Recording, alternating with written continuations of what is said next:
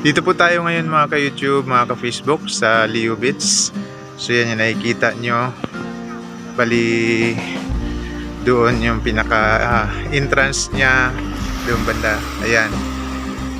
Diyan yung papasok. Tapos dito restaurant. Tapos dyan din yung hospital.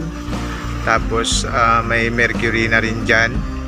Tapos doon, kung nakikita nyo yun, doon banda, ayan, i-zoom natin. Ayan, yung may parang bakod na yan. Yan po yung kanilang airport. Makikita nyo doon sa picture namin ni Ani. Tama-tama na dumaan yung aeroplano, yung paglipad.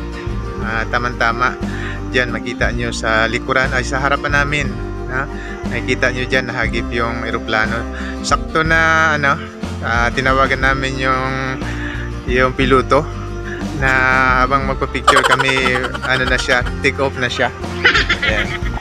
Maglalanding isa sa mga chopper dito sa Leo Beach.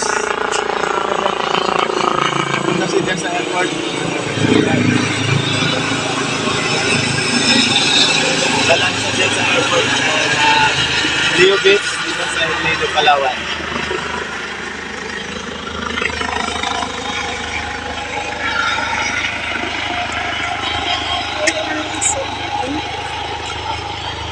Ayan na, palaan na siya doon.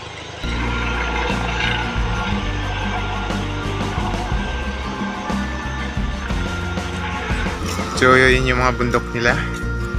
Okay. So maganda yung pinaka beach nya, buhangin, mahaba, pero banda doon sa dulo ay hindi na rin sakop ng Leo Beach. So yan lang po yung nakikita nyo na yan. Yan yung kabuuan ng Leo Beach. Ngayon ay alas 6 na ng hapon. So maraming tao. Yan. Yan si Ani. Yan si Insan.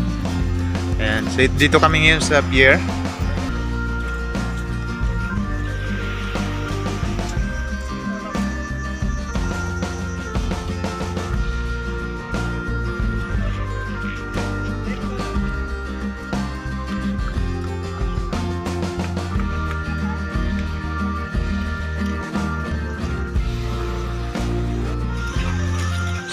So pauwi na tayo, mga ka-YouTube, mga ka-Facebook. Ito yung view. Yung right ng... Ito yung view ng Leo Beach pag takip silim na.